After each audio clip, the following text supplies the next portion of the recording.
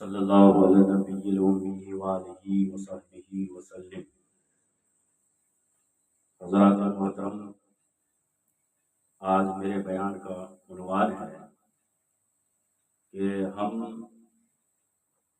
کچھ ایسا کام نہ کریں اپنی زندگی میں جس کی وجہ سے ہمارے نبی کا دین، ہماری شریعت کی بدنامی ہو۔ یہی میرا عنوان ہے۔ چنانچہ سورہ زلزال میں اللہ تبارک و تعالیٰ کا ارشاد پاک ہے، فَمَن يَعْمَلْ مِثْقَالَ ذَرَّةٍ خَيْرًا يَرَهُ، جو ذرہ برابر نیکی کرے گا کل قیامت کے دن اسے بھی وہ دیکھے گا۔ وَمَن يَعْمَلْ مِثْقَالَ ذَرَّةٍ وَمَن يَعْمَلْ مِثْقَالَ ذَرَّةٍ شَرًّا يَرَهُ، اور جو ذرہ برابر برائی کرے گا کل قیامت کے دن اسے بھی وہ دیکھے گا۔ چنانچہ اسی لیے ہمیں اپنی زندگی میں جو بھی نیکی کرنے کا موقع ملے وہ کرتے رہنا چاہیے، اور ہر قسم کے برائی سے اپنے آپ کو دور رکھنی چاہیے۔ چنانچہ آج کل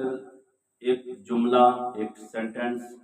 آپ سنتے رہتے ہیں لوگوں کی زبان سے، اکثر لوگوں کی زبان سے، کہ بھائی آج نیکی کا زمانہ نہیں رہا، بھلائی کا زمانہ نہیں رہا۔ جب ان سے پوچھا جائے کہ آپ کیوں ایسا کہتے ہیں تو وہ کہتے ہیں اسی لیے کہتے ہیں کہ جس کے ساتھ بھی بھلائی کرو، اچھائی کرو، بدلے میں وہ برائی ہمارے ساتھ کرتا ہے، اسی لیے آج بھلائی کا زمانہ ہی نہیں رہا۔ تو پھر ہم ان سے پوچھیں گے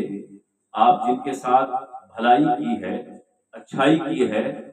آپ بھلائی کا بدلہ اگر آپ اسی سے چاہتے ہیں تو تب تو پھر آپ کی بات صحیح ہے کہ بھلائی کا زمانہ نہیں رہا۔ لیکن اگر آپ بھلائی اس لیے کر رہے ہیں کسی کے ساتھ، کسی کے ساتھ اچھائی اس لیے کر رہے ہیں کہ آپ اپنے نیکی کا صلہ، آپ اپنے اچھائی کا صلہ اپنے رب سے چاہتے ہیں، اپنے پیدا کرنے والے مالک سے چاہتے ہیں، تو پھر ہر زمانہ بھلائی کا ہے، ہر زمانہ اچھائی کا ہے، اور مسلمان کا ہر اچھا کام، ہر نیک کام اللہ کی رضا کے لیے ہونی چاہیے۔ چنانچہ آپ دیکھیے کہ ہمارے اوپر 5 وقت کی نماز فرض ہے۔ 5 وقت کی جو نماز ہم پڑھتے ہیں، فجر کی، ظہر کی، عصر کی، مغرب، عشاء، تو یہ 5 نمازیں میں آپ کو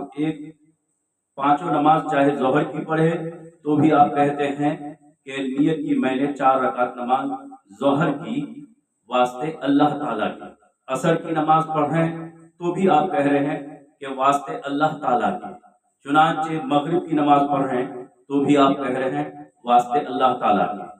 فجر عشاء کی نماز پڑھ رہے ہیں کہہ رہے واسطے اللہ تعالیٰ کی، فجر کی نماز پڑھ رہے ہیں کہہ رہے واسطے اللہ تعالیٰ کی۔ ایک ہی جملہ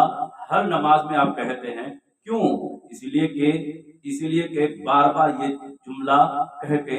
یہ مشق کرایا جا رہا ہے، یہ پریکٹس کرایا جا رہا ہے، یہ درس دیا جا رہا ہے کہ ایک مسلمان کا ہر عمل، ہر کام اللہ کی رضا کے لیے ہونی چاہیے، اللہ کو راضی کرنے کے لیے ہونی چاہیے، اس میں کسی دکھاوا نہ ہو اور کوئی مطلب اور کوئی مقصد نہ ہو، ہر کام کا مقصد رضا الہی۔ عزیزان ملت اسلامیہ، اور اگر آپ زندگی میں اپنے نبی کے لیے کچھ کرنا چاہتے ہیں تو بس اتنا آپ کریں کہ آپ کے کسی عمل کی وجہ سے نبی کا دین بدنام نہ ہو، نبی کی شریعت بدنام نہ ہو، مذہب اسلام پر کوئی انگلی نہ اٹھا سکے آپ کی کسی حرکت کی وجہ سے۔ چنانچہ حضرت امام بخاری، چنانچہ قرآن مجید کے بعد اگر کسی کتاب کا درجہ ہے تو بخاری شریف کا ہے۔ اسی بخاری شریف کے رائٹر حضرت امام بخاری، ایک مرتبہ آپ دریائے سفر کر رہے تھے، اتفاق سے اس وقت آپ کے پاس 1000 اشرفی کی تھیلی تھی، 1000 سونے کے سکے کی تھیلی آپ لے کر سفر کر رہے تھے۔ ایک بدماش، ایک لچا لفنگے کی نظر آپ کی 1000 تھیلی کے اوپر پڑ گئی، اس کے اندر اس کو لالچ آ گیا،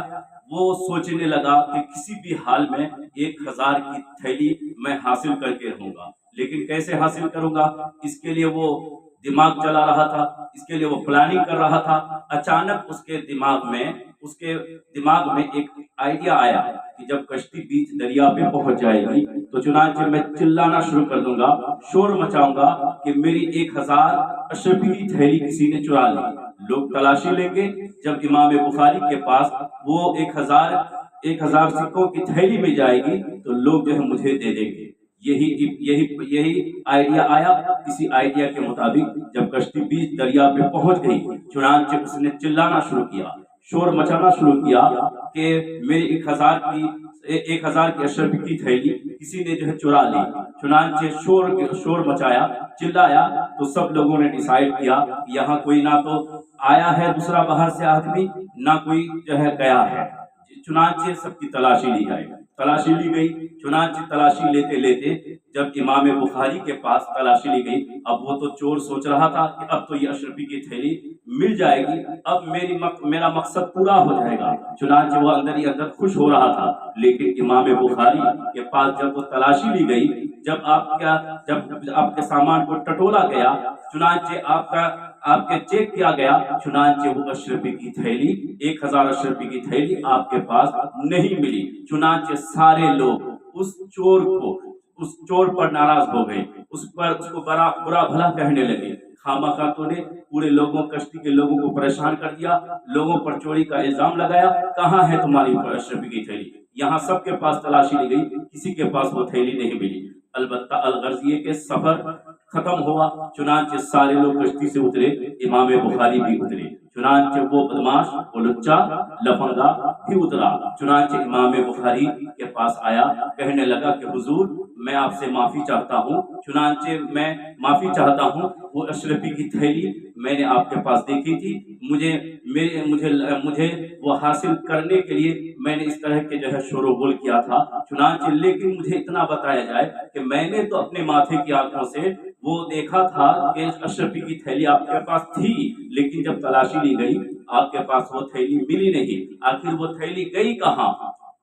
تو قربان جائیے حضرت امام بخاری پر۔ حضرت امام بخاری کہتے ہیں کہ وہ اشرفی کی تھیلی میں نے بیچ دریا میں پھینک دی تھی۔ کہا وہ چور حیرت زدہ رہ گیا، وہ دنگ رہ گیا کہ 1000 سونے کے سکے، آپ نے اتنی بڑی دولت، اتنی بڑی رقم آپ نے ایک لمحہ کے لیے بھی نہیں سوچا، اور آپ نے اس بیچ دریا میں پھینکا کیوں؟ تو امام بخاری کہنے لگے کہ لوگ تلاشی لے رہے تھے، چنانچہ تلاشی لیتے اگر میرے پاس وہ اشرفی کی تھیلی مل جاتی، چونکہ تم نے پہلے شور مچایا تھا، وہ میں لا کہتا، لیکن لوگ مانتے نہیں، چنانچہ تو اس سے ہوتا کیا، اس کا نقصان کیا ہوتا کہ لوگ جو ہے